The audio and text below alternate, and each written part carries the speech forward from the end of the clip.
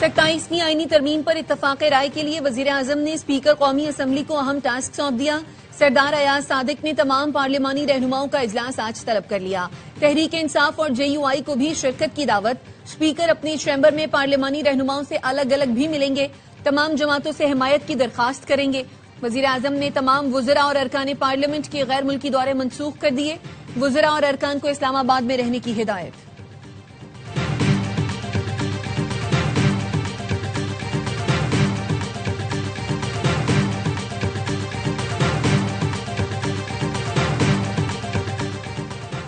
27ویں آئینی ترمیم کی منظوری کے لیے سیاسی رابطوں میں تیزی۔ سینیٹر فیصل وارڈا کی مولانا فضل الرحمان کی رہائش گاہ مد آئینی ترمیم پر مشاورت۔ سینٹ میں نمبرز پورے کرنے کے لیے حکومت کے اپوزیشن ارکان سے رابطے۔ ذرائع کا کہنا ہے JUI نے ترمیم میں ساتھ نہ دیا تو اپوزیشن کے چند سینیٹرز کو انفرادی طور پر قائل کیا جائے گا۔ سینٹ میں حکومتی اتحادیوں کی تعداد 60۔ ترمیم کے لیے مزید 4 سینیٹرز درکار ہیں۔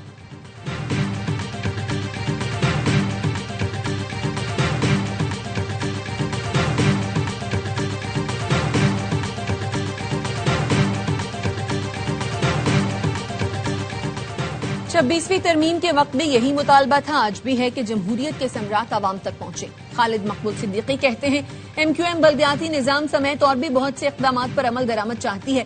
مقامی حکومتوں کو اختیارات دے کر مسائل حل کیے جا سکتے ہیں۔ فاروق ستار کا کہنا ہے مقامی حکومتوں کے قوانین مزید وضع کرنے کی ضرورت ہے۔ آئین میں لکھا جائے بلدیاتی حکومت کی مدت پوری ہونے پر ان کے الیکشنز ہوں گے۔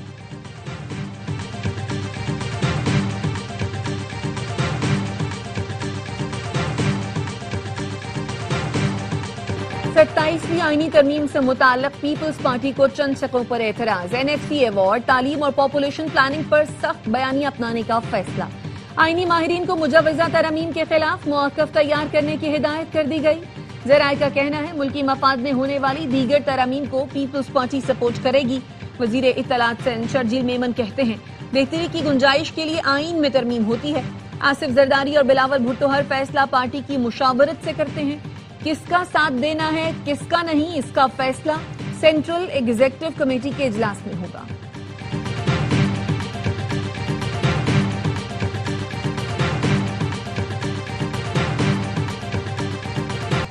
آڈیو لیک کیس میں سابق وزیر اعلیٰ KP علی امین گنڈا پور کے ناقابل ضمانت وارنٹ جاری۔ ایڈیشنل ڈسٹرکٹ اینڈ سیشن جج نصر من اللہ بلوچ نے علی امین کے وارنٹ جاری کیے۔ سیشن عدالت میں علی امین گنڈا پور کی جانب سے کوئی بھی پیش نہ ہوا۔ علی امین گنڈا پور کی عدم دستیابی کے باعث فرد جرم کی کارروائی بھی مؤخر۔ عدالت نے آڈیو لیک کیس پر سماعت 5 دسمبر تک ملتوی کر دی۔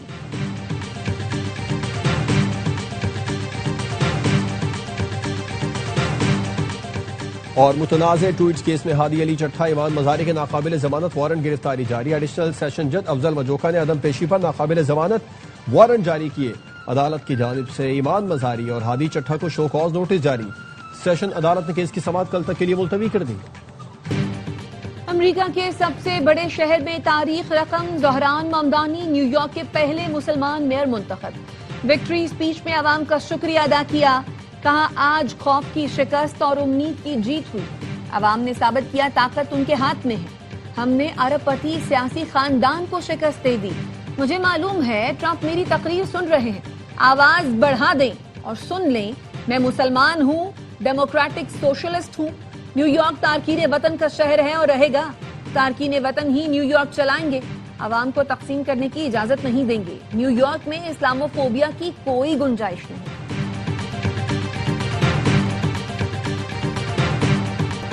اور یہ شروع ہو گیا۔ امریکی صدر نے زہران ممدانی کے خطاب کے دوران پوسٹ کر دی۔ پارٹی کی شکست کی وجہ بھی بتا دی، لکھا بیلٹ پیپر پر میرا نام نہیں تھا اس لیے نیو یارک میں میئر کا الیکشن ہار گئے۔ دوسری وجہ شٹ ڈاؤن ہے۔ ریپبلکنز کو واپس کام پر آنے کی ہدایت کرتے ہوئے کہا کہ ووٹر ریفارمز کریں، بذریعہ ڈاک ووٹنگ ختم کی جائے، ووٹر ID لازمی قرار دی جائے، کانگریس میں بل روکنے کے خلاف قانون ختم کیا جائے۔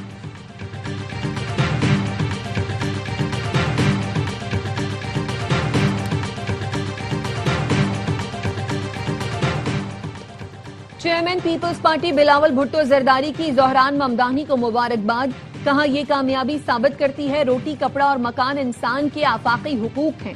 کراچی سے نیو یارک تک عزت نفس کا منشور لوگوں کو جوڑتا ہے۔ دنیا بھر کے ترقی پسندوں کے لیے یہ فخر کا لمحہ ہے۔ یہ جیت عوامی جدوجہد اور بنیادی حقوق کی عالمی اہمیت کو اجاگر کرتی ہے۔ پاکستان اور امریکہ کے درمیان جمہوری اور عوامی سوچ کی ہم آہنگی نمایاں ہوئی۔ وزیر اعلیٰ سندھ مراد علی شاہ کہتے ہیں کراچی کی تبدیلی نیو یارک تک پہنچ گئی۔ کراچی کے بعد نیو یارک نے بھی نوجوان میئر چن لیا ہے۔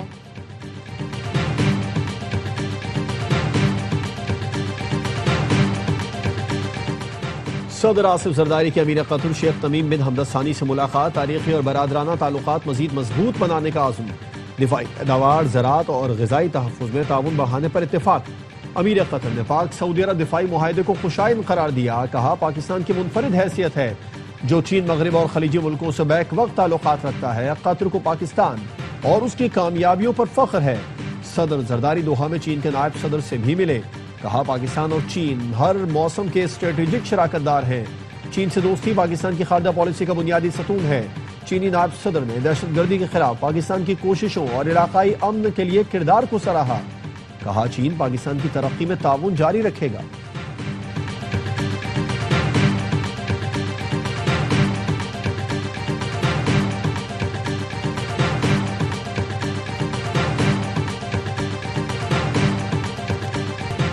یہ تاثر غلط ہے کہ غیر ملکی کمپنیاں جا رہی ہیں، ملک میں اور کمپنیاں آ رہی ہیں، بڑے کارپوریٹ گروپس ان کمپنیوں کو خرید رہے ہیں۔ وزیر خزانہ محمد اورنگزیب کی کراچی چیمبر آف کامرس میں میڈیا بریفنگ، کہا قرضوں پر سود میں کمی آئی ہے، ملک چلانے کے لیے آمدنی میں اضافہ ضروری ہے، تاجر برادری کی مشاورت سے ٹیکس اصلاحات کی جا رہی ہیں، انڈسٹری کو مضبوط بنانا ہے، ایکسپورٹرز کی مدد کرنی ہے، اگلے سال کا بجٹ ایف بی آر نہیں ٹیکس پالیسی آفس بنائے گا۔ ستمبر میں آئی ٹی ایکسپورٹ $366 ملین کی ہوئی، ریکارڈ ایکٹ سے پہلی ایکسپورٹ $2.8 بلین ہونے کی توقع ہے۔ جماعت اسلامی نے ای چالان سسٹم سندھ ہائی کورٹ میں چیلنج کر دیا، موقف اپنایا، محکمہ ایکسائز میں کرپشن کے باعث گاڑیوں کی ملکیت کی منتقلی بر وقت نہیں ہوتی، شہر کی سڑکوں پر زیبرا کراسنگ ہے نہ سپیڈ لمٹ کے سائن بورڈ، خراب سڑکیں متبادل یا غلط راستے اپنانے پر مجبور کرتی ہیں، 30 سے 40 ہزار کمانے والا کس طرح بھاری جرمانے بھر سکتا ہے، ای چالان سسٹم اور جرمانوں کو معطل کیا جائے، انفراسٹرکچر کے بغیر مصنوعی ذہانت کے چالان کا نظام غیر قانونی قرار دیا جائے۔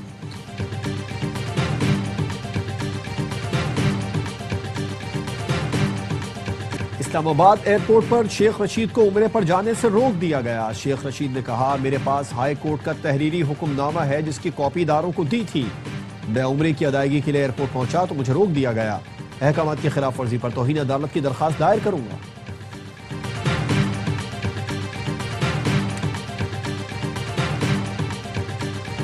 پنجاب بھر کی فیڈ ملز میں گندم کے استعمال پر عائد پابندی میں 30 دن کی توسیع، فیصلہ انسانی استعمال کے لیے گندم کی بلا تعطل فراہمی یقینی بنانے کے لیے کیا گیا، پابندی کا اطلاق 1 دسمبر تک ہوگا۔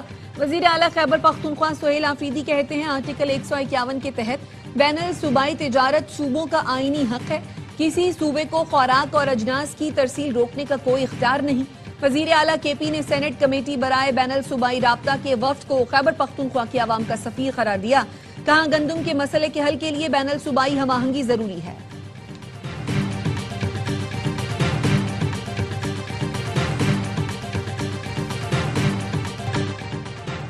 اور پنجاب کابینہ نے کالعدم تحریک لبیک پاکستان پر پابندی کی باضابطہ توثیق کر دی۔ وزیر اعلیٰ پنجاب مریم نواز کی زیر صدارت کابینہ اجلاس ملتان، راولپنڈی، لاہور میں الیکٹرک بس کرایوں میں اضافے کی تجویز مسترد۔